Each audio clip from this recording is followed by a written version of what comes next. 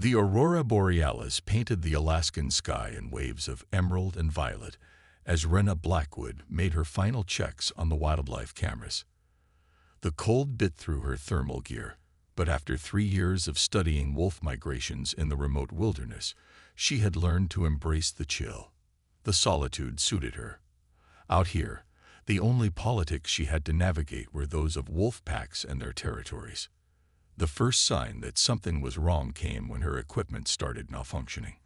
The cameras flickered, their digital displays scrambling into nonsense. Then came the sound, a high-pitched whine that cut through the pristine silence of the tundra. Rena looked up just in time to see a streak of silver tear across the night sky, leaving a trail of ethereal blue fire in its wake. The object crashed less than a mile from her position, the impact sending tremors through the frozen ground.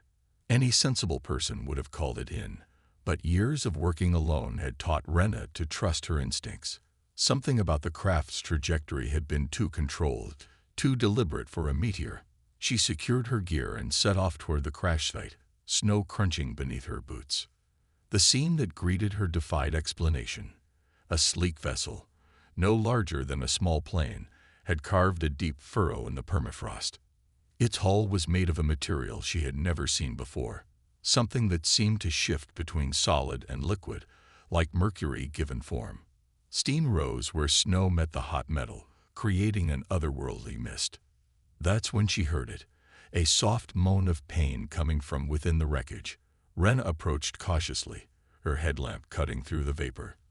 The ship's canopy had partially shattered, revealing its lone occupant. The figure inside was humanoid, but clearly not human. Her skin had an opalescent quality, shifting colors like the northern lights above, and her hair seemed to float as if suspended in water, despite the Arctic air. "Hello," Rena called out, her breath visible in the cold. "Can you understand me?" The alien's eyes fluttered open, revealing irises that glowed like distant stars. "Help," she whispered in perfect English, though her voice carried an ethereal echo. "Please, they cannot find me." Rena didn't hesitate. Whatever politics or protocols existed for first contact situations, they meant nothing compared to someone in need. She carefully helped the wounded alien from the wreckage, noting the crystalline blood seeping from several cuts along her arms and torso. "I'm Rena," she said, supporting the alien's weight as they moved away from the crash site. "My cabin's not far. Can you make it?" "Lysandra," the alien responded, each word seemingly causing her pain. "Of the House of Eternal Light. Though I suppose that title means little now." She stumbled, and Rena caught her before she could fall. "Save your strength," Rena advised, adjusting her grip to better support Lysandra's weight. "Whatever you're running from, you're safe for now." The trek back to the cabin was arduous. The temperature continued to drop, and Lysandra's condition worsened with each step. By the time they reached Rena's small but well-equipped shelter, the alien was barely conscious. Rena laid her on the bed and began assessing her injuries. The wounds were unlike anything she had ever seen. Where Lysandra had been cut, her flesh seemed to be slowly unraveling, like fabric coming apart at the seams. The crystalline blood that seeped from these injuries caught and refracted light in impossible ways.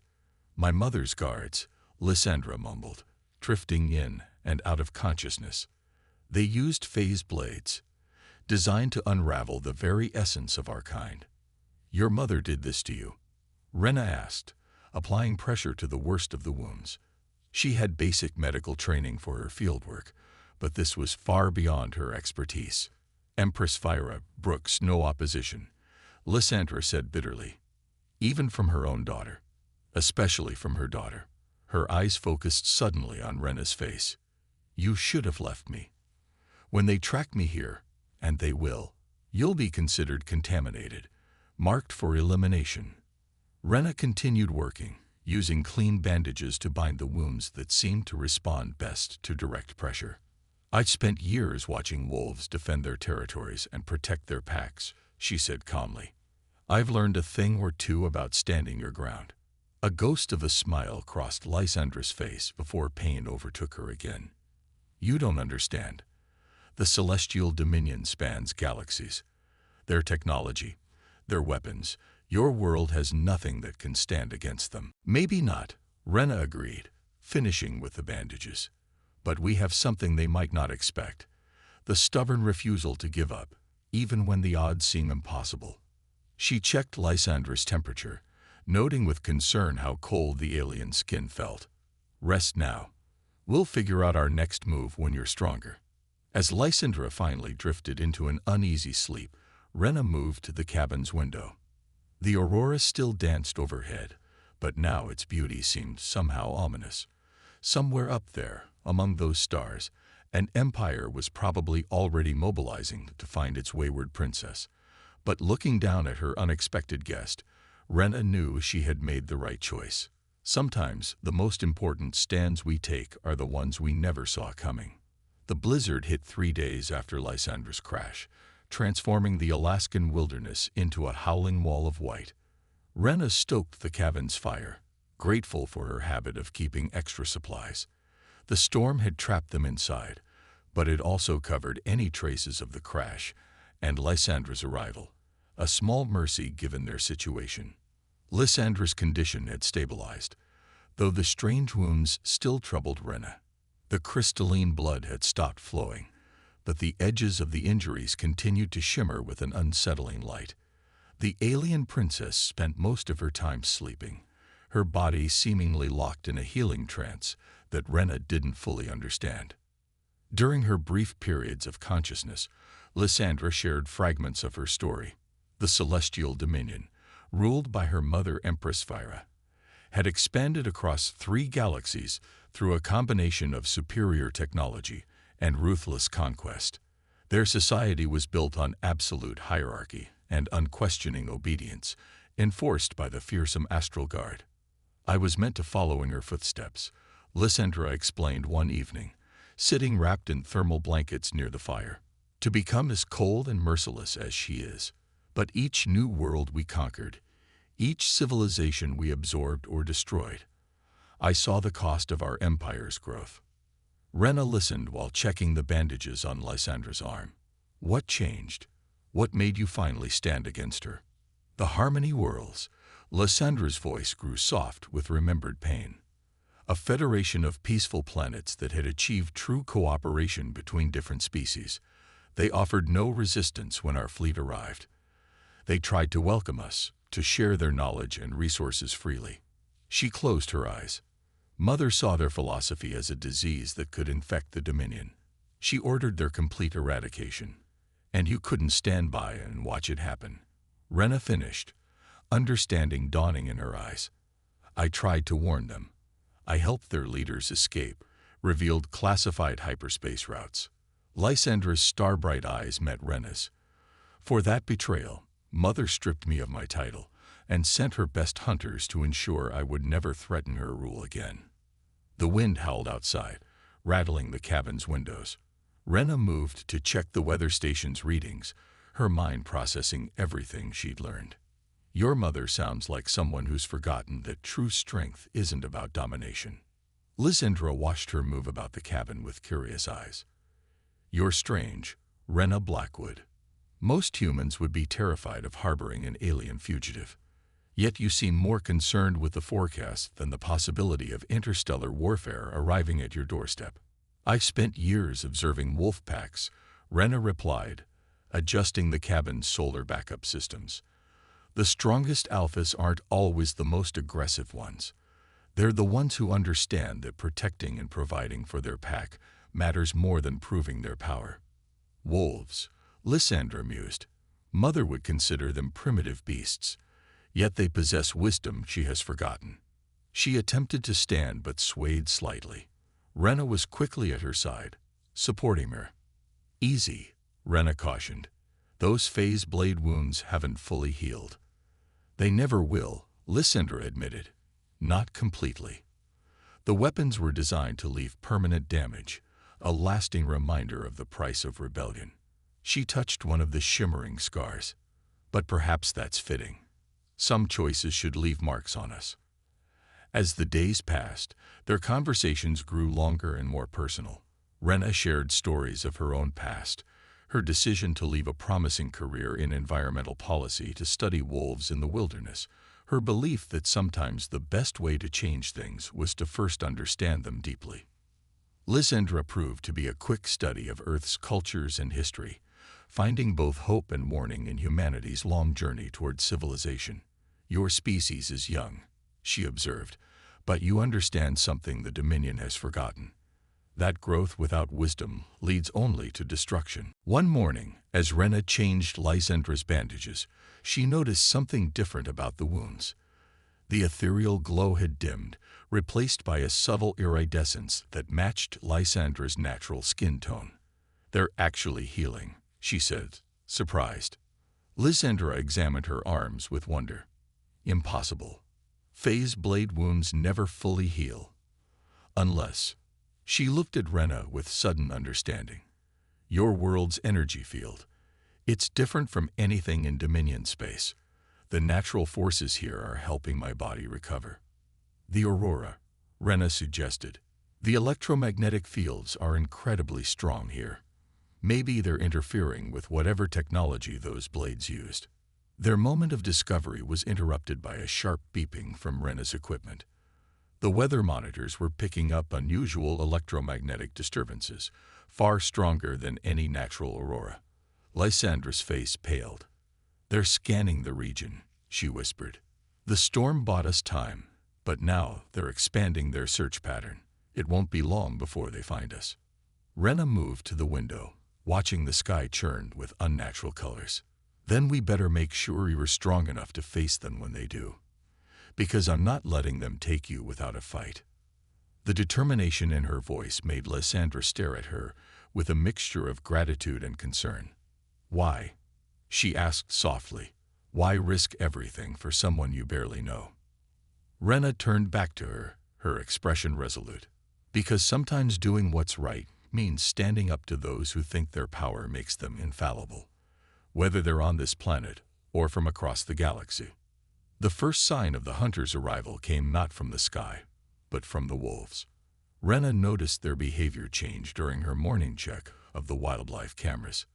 The packs had abandoned their usual territories, moving away from an area several miles south of the cabin. Something had spooked them, something that didn't belong in their world. "They're here," Lysandra confirmed, studying the footage on Rena's monitors. Her wounds had healed enough for her to move freely, though the iridescent scars still pulsed faintly in the dark. "The Astral Guard's elite trackers. They're methodical, moving in a standard search pattern, but they're not familiar with Earth's terrain or wildlife. That gives us an advantage." Rena checked her supplies, mentally calculating what they could carry if they needed to move quickly. "How many?" "A standard hunting party consists of 5 warriors," Lysandra replied, her voice tight with tension. "Led by a shadow caller, specialists trained to track their targets through psychic resonance. They can sense the energy signature of my wounds. Then we need to mask it somehow." Rena pulled up geological survey maps on her computer. "The whole region is rich in rare earth minerals. They create natural electromagnetic interference. If we can get to the old mining caves in the mountain ridge, it might help hide your signature." Lysandra studied the maps with growing interest. The minerals in those caves, they're similar in composition to the dampening shields we use to block sensors in the Dominion. It could work, but she hesitated. "Rena, these hunters, they're not like the guards you saw in my memories. They're enhanced, modified to be perfect predators. If they find us, they won't hesitate to eliminate you. Good thing I know these mountains better than they do." Rena began gathering essential gear into her survival pack. "I've tracked wolves through these caves for years. There are passages that don't show up on any maps." The sound of distant engines made them both freeze. It was a low hum, almost subsonic, that seemed to vibrate through the ground itself. Lysandra's eyes widened. "Ground transports. They're closer than I thought. We need to move. Now." They left the cabin within minutes, taking only what they could carry. Rena led them along a winding path that followed a nearly frozen stream, using the running water to mask their tracks. The winter air was bitter, but the physical activity kept them warm as they moved swiftly through the wilderness. As they climbed higher into the mountains, Rena noticed something strange about the snow around them. In patches, it seemed to shimmer and shift, as if reality itself was being distorted. "Lysandra," she whispered, pointing to the phenomenon. "Phase distortions," Lysandra confirmed grimly. "They're using reality warpers to search multiple dimensional planes simultaneously. It makes it impossible to hide through conventional means." She suddenly grabbed Rena's arm, pulling her behind a large boulder. Down. A moment later, a figure emerged from the distorted air 30 feet ahead of them. The hunter was tall, its form encased in armor that seemed to drink in light rather than reflect it. Its movements were fluid, almost predatory, as it scanned the area. Where its face should have been, there was only a smooth, featureless mask that occasionally rippled like liquid metal. Rena held her breath, feeling her heart pound against her ribs. The hunter's head turned slowly in their direction, and she could have sworn she felt something brush against her mind. A cold, alien presence searching for any trace of consciousness. Lysandra pressed closer to her, whispering words in a language Rena didn't understand. The alien syllables seemed to create a sort of mental static, making it harder to focus on any single thought. The hunter's head eventually turned away, and it continued its patrol, phasing back into the distorted air. A consciousness-dampening litany, Lysandra explained once the hunter was gone. "A meditation technique we learn as children to protect our thoughts from psychic intrusion. I extended it to cover you as well. That's what they all look like under that armor?" Rena asked as they carefully resumed their journey. "No." Lysandra's voice was heavy with sadness. "The armor is their body now. The modification process leaves little of their original form intact. They sacrifice everything, their identity, their autonomy, even their ability to feel pain or fear, all in service to the Dominion." They reached the first cave entrance as darkness began to fall. The opening was partially hidden behind a frozen waterfall, exactly as Rena remembered it. But before they could enter, Lysandra suddenly stiffened. "Something's wrong," she whispered. "The electromagnetic field. It's too perfect, too uniform." Her eyes widened in realization. It's a trap. They'd been hurting us here. The air around them erupted with phase distortions as 3 hunters materialized, their liquid metal masks reflecting the last light of day. Behind them, a taller figure emerged, the Shadow Caller, its armor adorned with pulsing lines of energy that matched the frequency of Lysandra's wounds. "Princess Lysandra." The Shadow Caller's voice was a metallic whisper that seemed to come from everywhere at once. "Your mother sends her regards, and her disappointment." Rena reached slowly for the flare gun in her pack. If they were going down, they weren't going down without a fight. But Lysandra's next words made everyone freeze. "Tell me, Shadow Caller," she said, her voice regal despite their desperate situation. "Does my mother know about the rebellion brewing in her own astral guard? About the hunters who've begun to question their modifications? Or have you managed to keep those thoughts hidden even from her?" The Shadow Caller's liquid metal mask rippled, the only indication of the impact Lysandra's words had made. The other hunters remained perfectly still, their weapons trained on both fugitives, but something had changed in the air between them, a tension that hadn't been there before. "An interesting gambit, Princess," the Shadow Caller said, its metallic voice carrying a new edge. "But desperate lies will not save you from justice." "Not lies." Lysandra stepped forward, her iridescent scars glowing brighter. "Truth. I've seen into the collective consciousness of the Guard. The modifications aren't just changing your bodies, they're failing. The neural networks are developing beyond their programmed limitations. You're beginning to remember who you were before, beginning to feel again." Rena watched as one of the hunters shifted almost imperceptibly. The movement was slight, but in beings engineered for perfect control, it spoke volumes. She kept her hand on the flare gun, waiting, watching, remembering everything she knew about predator behavior. Sometimes the most dangerous moment wasn't during the attack, but in that crucial instant when the power dynamic suddenly shifted. The Empire built you to be perfect weapons, Lysandra continued, her voice gaining strength. But they forgot that consciousness, true consciousness, cannot be contained. The more they tried to strip away your humanity, the more it found new ways to express itself. Enough. The Shadow Caller's voice cracked like thunder, but Rena noticed something crucial.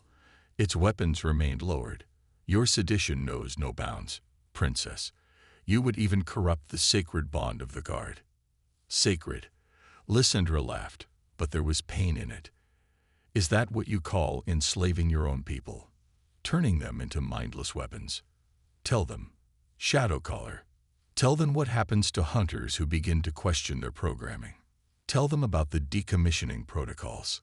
The hunter who had shifted earlier suddenly spoke, its voice distorted but undeniably feminine. Commander, is this true? Silence. The Shadow Caller's armor began to pulse with angry red energy. The princess seeks to divide us, to weaken our resolve with lies and manipulation. Then prove me wrong. Lysandra challenged. Open your mind to them. Share your thoughts freely with your hunters. Let them see the truth for themselves. The standoff stretched for what felt like eternity. Rena's fingers tightened on the flare gun, every muscle tense. She had spent years studying predator behavior, learning to read the subtle signs that preceded violent action. The situation balanced on a knife's edge. Then one of the hunters did something unprecedented. It reached up and removed its mask. The face beneath was neither fully human nor completely alien, but a haunting mixture of both. Cybernetic implants merged with organic tissue, and eyes that were once probably brown now shone with the same liquid metal as the mask. But there was something unmistakably individual in that face, something that had survived all attempts to erase it. I remember, the hunter said, its voice becoming more natural, more personal. I remember my name. I was called Nyara. I had a family. Before. The Shadow Caller moved with blinding speed, its arm transforming into a blade of pure energy.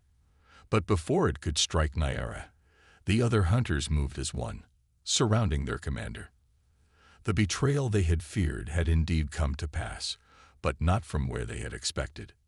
Stand down, Commander, another hunter spoke, this one's voice deep and resonant.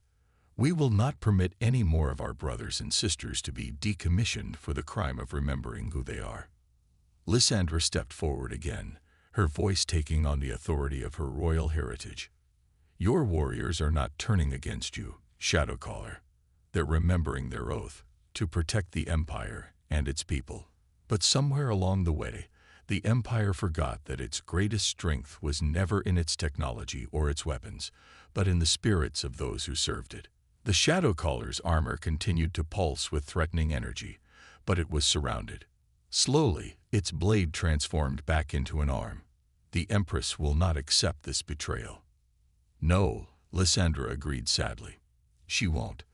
Which is why we must act now, before she realizes what's happening within the Guard. Before she can implement the fail-safe protocols I know she has in place.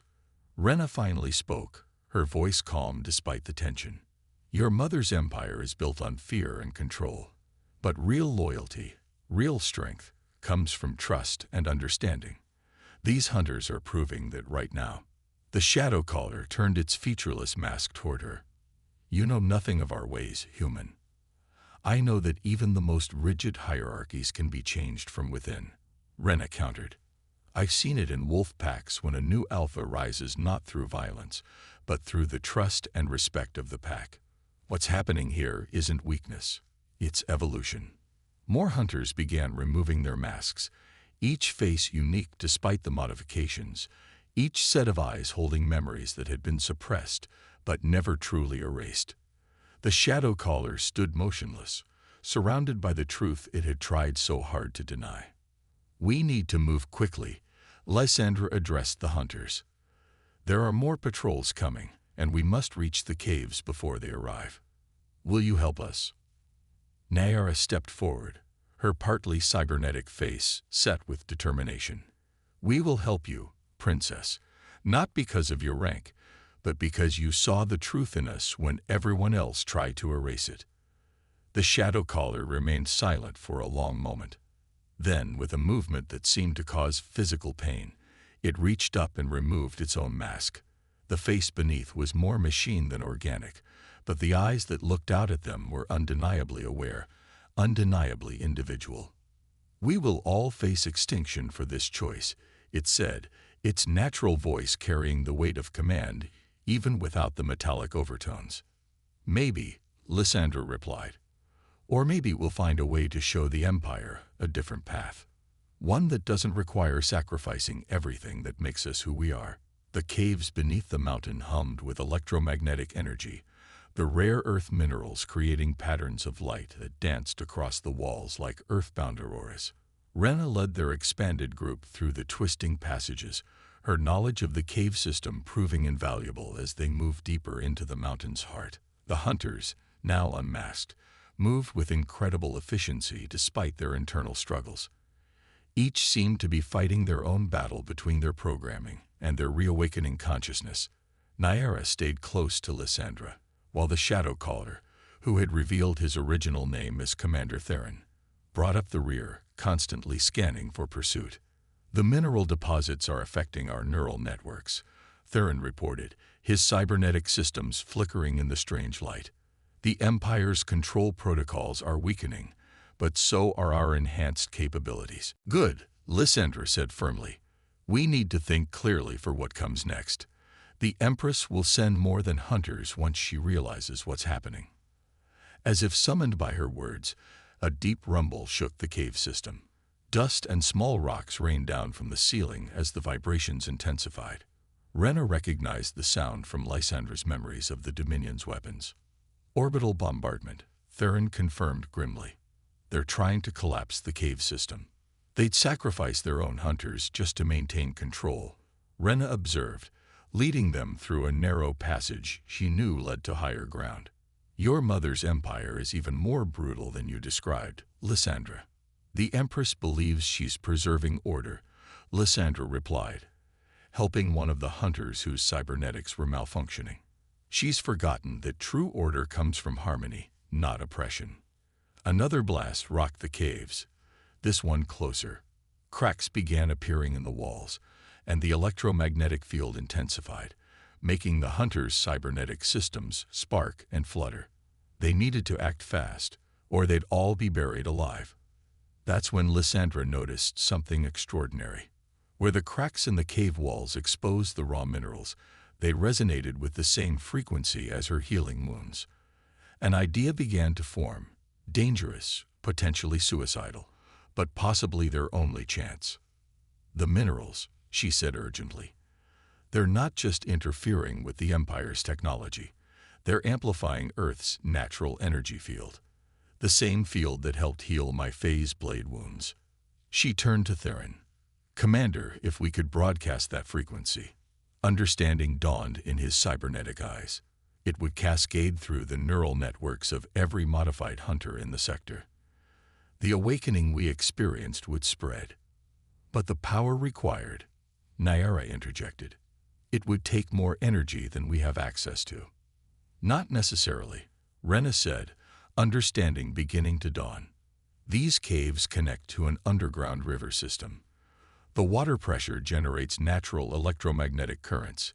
If we could channel that energy—" "Through me," Lysandra finished. "My wounds are already attuned to the frequency. I could act as a conduit." "It would kill you," Theron warned. "No organic being could channel that much raw energy." Another blast shook the caves, larger than before. They were running out of time. Rena grabbed Lysandra's hand, forcing the alien princess to look at her. "Together," Rena said firmly. "The wolves taught me that a pack survives by supporting each other. Your wounds may be the conduit, but we can help carry the load. All of us." The hunters looked at each other, then at their commander. Theron nodded slowly. "Our neural networks are already linked. We can form a circuit, distribute the energy across all of us." They worked quickly, positioning themselves in a circle around Lysandra. Rena helped her remove the bandages from her wounds, which now glowed brightly in resonance with the exposed minerals. The hunters linked hands, their cybernetic systems synchronizing into a single network. "Remember," Lysandra said, her voice strong despite her fear, "we're not fighting to destroy the Empire. We're fighting to save it from itself." The energy began to flow. Lysandra's wounds blazed like captured stars, and the hunter's cybernetic systems pulsed in harmony. Rena held tightly to Lysandra's hand, feeling the power surge through their connection. The cave filled with light, and for a moment, the boundary between organic and mechanical, between human and alien, seemed to dissolve. Above them, the Dominion's warships prepared for another bombardment. But before they could fire, the energy pulse reached them. It cascaded through their systems, reaching every modified hunter, every cybernetically enhanced soldier in the fleet. And with that pulse came awareness, memory, and choice. The bombardment stopped. Communications channels filled with voices, real voices, not the metallic tones of their modifications. All across the fleet, hunters were remembering who they were, what they had been before the Empire's modifications. In the cave, Lysandra collapsed into Rena's arms, weakened but alive. The hunters' cybernetic systems had stabilized, finding a new balance between their enhancements and their restored humanity. "What happens now?" Rena asked, helping Lysandra to her feet. "Now," Lysandra said, looking at the hunters who had chosen to stand with her, "we show the Empire a different way. One that preserves order without sacrificing freedom. One that builds strength through unity, not dominance. The Empress will not accept this easily," Theron warned, but his tone had changed. There was hope in it now, alongside the caution. "No," Lysandra agreed, looking at Rena with a smile. "But as my friend here has shown me, sometimes the greatest changes come not from grand battles, but from simple acts of kindness and trust. The Empire sought to reach the stars by climbing on the backs of its people. Perhaps it's time we learn to rise together instead." The cave's electromagnetic field had settled into a gentle hum, like a lullaby sung in the frequency of the universe itself. Outside, the aurora borealis painted the sky in colors that seemed to celebrate their victory. And somewhere in that sky, a message was spreading from ship to ship, hunter to hunter, carrying with it the most dangerous thing of all, hope.